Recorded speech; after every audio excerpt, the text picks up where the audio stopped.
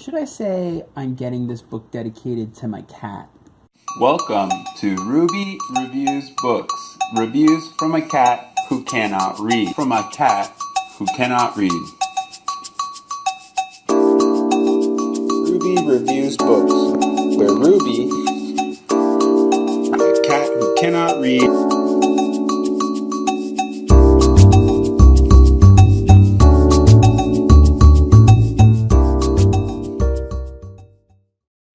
Welcome to Ruby Reviews Books, reviews from a cat who cannot read. She may not understand the words, but she sure likes books. Today's book is Lake Success by Gary Shteyngart. A tale of weal and woe on the Hound as it winds its way through America's third-tier cities, Shteyngart's tale of a banker on the run is the setup to a joke whose punchline is watches, the frightened vocalizations of an autistic kid, and the Trump presidency. If that doesn't seem immediately hilarious, you've understood the melancholy of the book. There are laughs in Lake Success, but the book is not funny, it's ineffably sad. A departure for Shteyngardt and an adventure for Barry Cohen, a failed hedge fund guy on the run from the SEC who decides to ditch his wife and autistic son to reconnect with a college girlfriend who spurned him and his career some 20-odd years before. Drunk and afraid of his life hijacking the fantasy, he ditches his smartphone, his black Amex, buys some crack, and rides Greyhound buses through the South on his way to rediscover a piece of his former self. Along the way, he meets some characters, racist preachers, friendly hoteliers, and a one-eyed Mexican man who falls asleep on his shoulder, all the while dreaming up an Act 2 that's more or less built around a short story he wrote as a senior in Princeton. Each episode reveals and unravels a piece of Barry.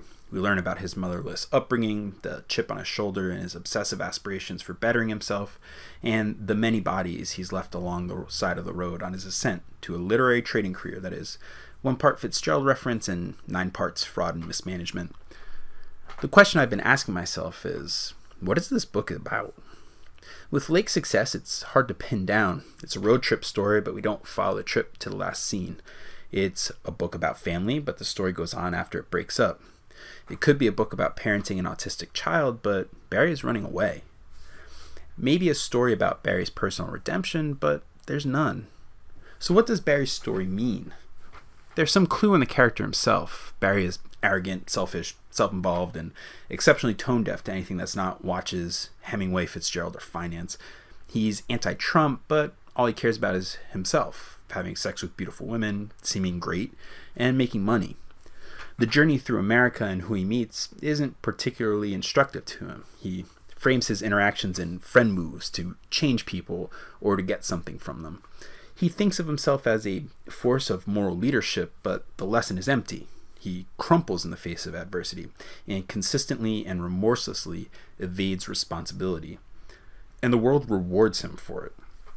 Maybe that's Shteyngart's takeaway from the Trump era, and who could disagree, really? Trump says and does things that would end the political and professional ambitions of anyone else. They don't always work out for him, but the other shoe never seems to drop. If that's the point of Lake Success, that some wealthy people can slum it with the working classes, return to privilege without consequence, and appropriate other people's stories for the undeserved credit of being in touch without ever making a meaningful change in themselves, then perhaps there's something slyly and subtly subversive about this narrative. An anti-hero's journey, not the early 90s nihilistic murdery comic variety, but the amoral, self-indulgent wanderings of a wastrel who will never reform because the very failure of his character eludes him. And this works because Barry is, somehow, a likable character, even when he's the schlemiel and we're the schlemazzles, shaking our head and thinking he's a schmuck, never realizing we're the fools he's duped. He's also a schnorrer and a gonif, if that matters. Lake Success is a story of American delusion, the grandiose way we see ourselves even when we're undeniably down and out. The dream is meant for everyone, but only the few, the privileged, the irrepressibly greedy will ever realize it. By not growing, changing, or challenging himself to be better in any meaningful way, Barry Cohen is an America who refuses to reckon with itself for its various flaws. But does that a good story make? Its narrative convention blown up for a point, timely and understandable, even admirable, but As a reader, I'm left thirsting for a character arc that never bends towards any sort of justice or change. Thankfully, the story isn't all Barry. His wife Seema has alternating chapters that are shorter and better. In some ways, I'm left thinking that her story is the real one. She has flaws. She's in a mess, partly of her own making. Never entirely in the right, but definitely someone we can relate to. By the end of the book, she changes, grows as a person, becomes someone we can root for. It should have been her book, as the story is at its best with Seema and Shiva.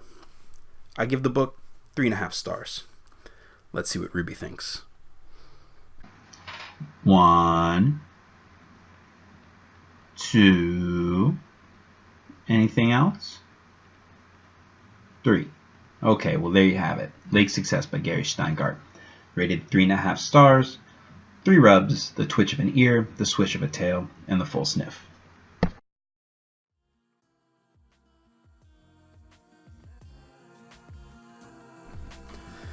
Hey everybody, thanks for watching. If you have any suggestions on what we should read next, please leave a comment. Sometimes when you meet an author, you wonder, should I say I'm getting this book dedicated to my cat? And then realize